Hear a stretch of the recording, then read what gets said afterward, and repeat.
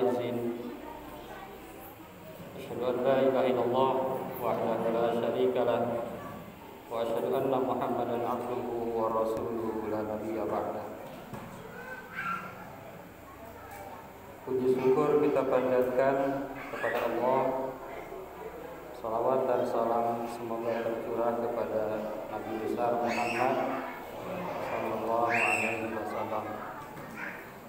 Yang saya hormati pengurus DKM, ketua DKM dan segenap jajaran, ketua paguyuban, kakak pembinanya dan tim ya.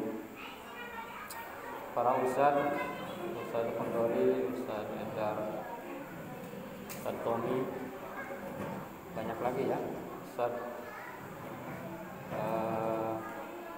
Ustadz Isbandi,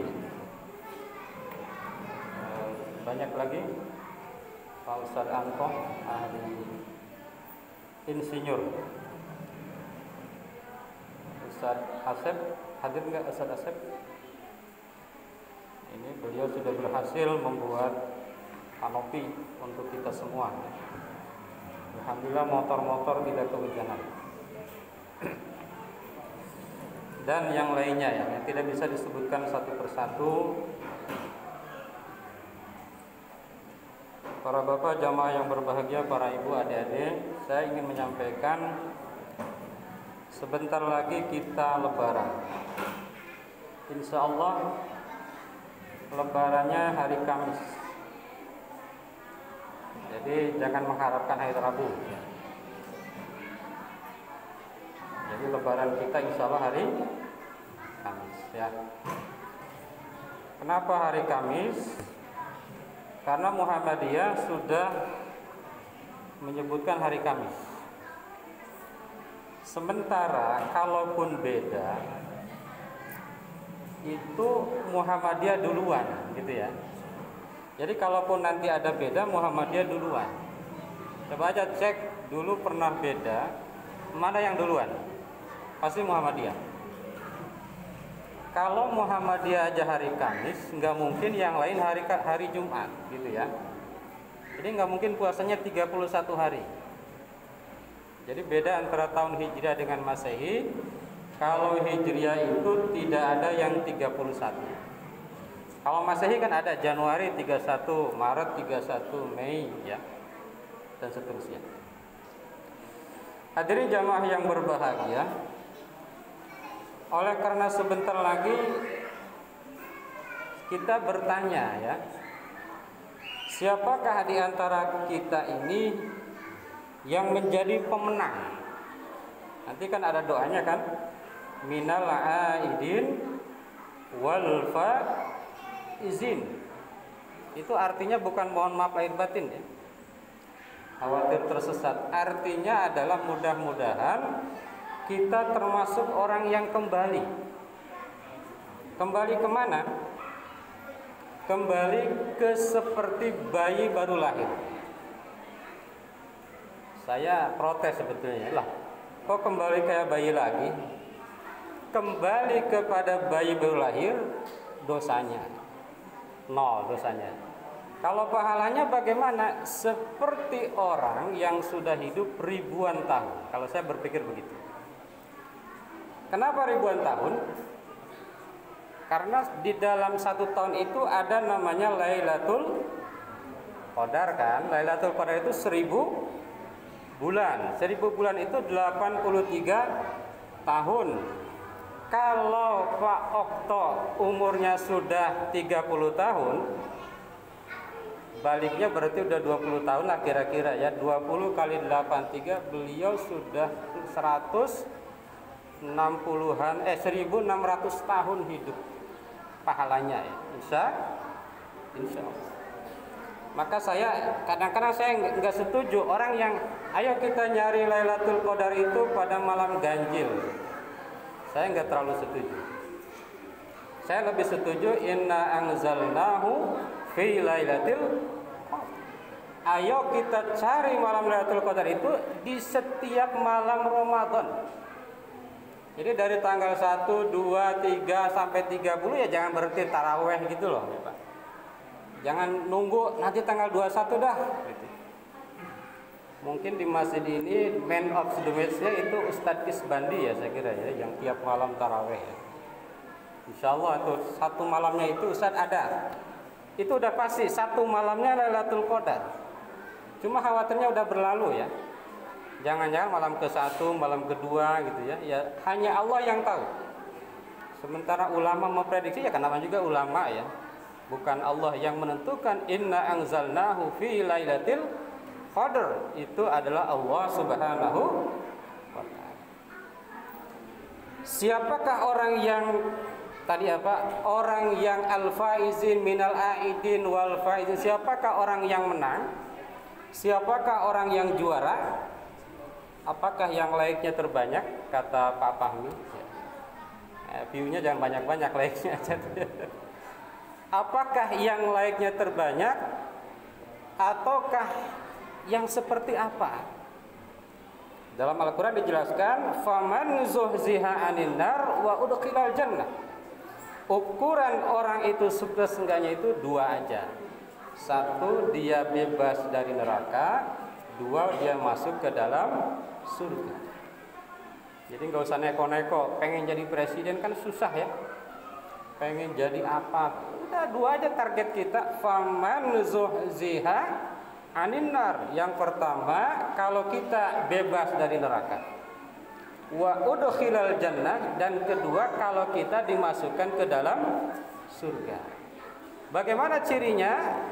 Yang dua ini cirinya adalah puasanya dilakukan dengan benar. Apakah Pak Ustadz lebih baik? Belum tentu.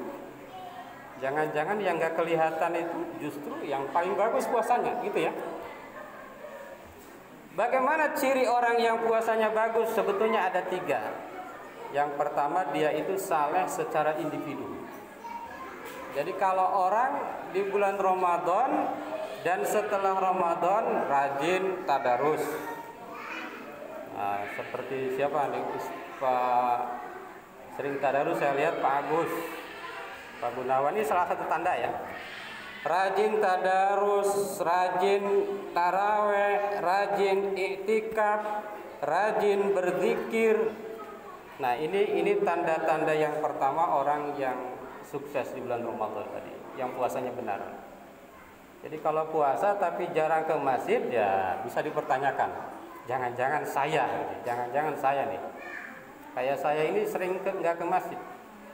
Kadang-kadang taraweh di rumah. Terus terang aja di rumah saya lebih cepat tarawehnya. Kalau di sini 2 2 2 2 1 ya. Kalau di rumah saya 4 4 3 cepat.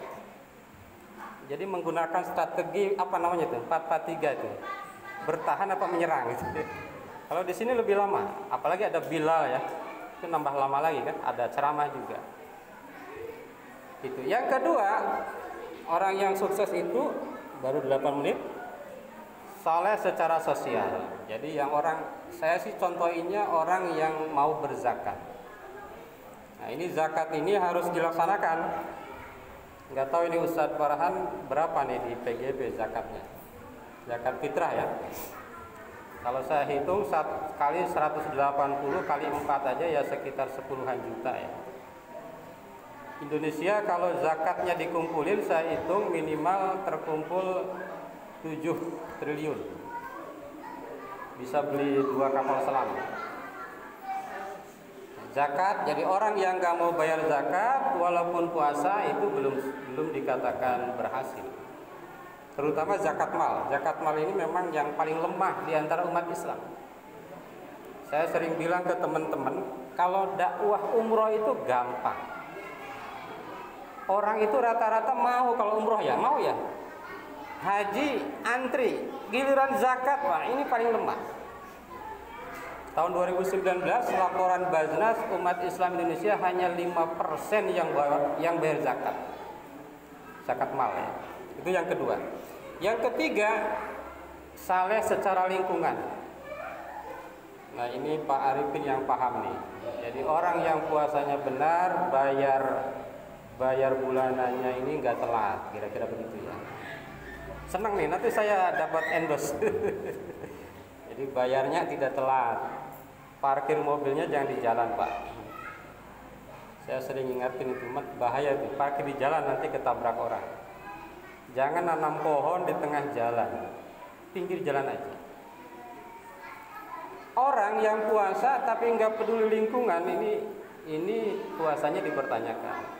Makanya saya sebetulnya ingin ngingetin Pak DKM nih, kalau bisa nanti sekeliling masjid ini tanamin pohon-pohon, gitu ya, puun-puun. Karena masjid itu adalah contoh ya, ini kan luas. Kalau rumah kita kan sempit-sempit, nanam pohon di jalan jadinya ngalangin mobil kan lewat. Nah kalau di sini ini masih banyak lahan-lahan yang harus kita tanami. Terus terang umat Islam itu kadang-kadang nggak sadar bahwa buang sampah sembarangan itu dosa, bahwa nebang pohon sembarangan itu dosa, bahwa menggali apa itu yang di Papua itu mengeruk kekayaan alam dengan bebas itu dosa. Itu belum disadari. Yang kita sadari baru yang umum-umum aja ya. Padahal itu dosanya lebih besar. Karena dia bisa merugikan seluruh rakyat Indonesia, seluruh kampung, seluruh desa, seluruh wilayah. Karena menebang pohon jadinya kekeringan. Musim kemarau kekeringan, musim hujan kebanjiran. Hadirin jamaah yang berbahagia. Kau jemaah lagi. Jadi mudah-mudahan di akhir Ramadan ini puasa kita menjadikan kita orang yang sukses. Orang yang sukses itu yaitu orang yang bebas dari neraka dan dimasukkan ke dalam surganya Allah Subhanahu wa taala. Itulah yang bisa disampaikan. Terima kasih. Wassalamualaikum warahmatullahi wabarakatuh.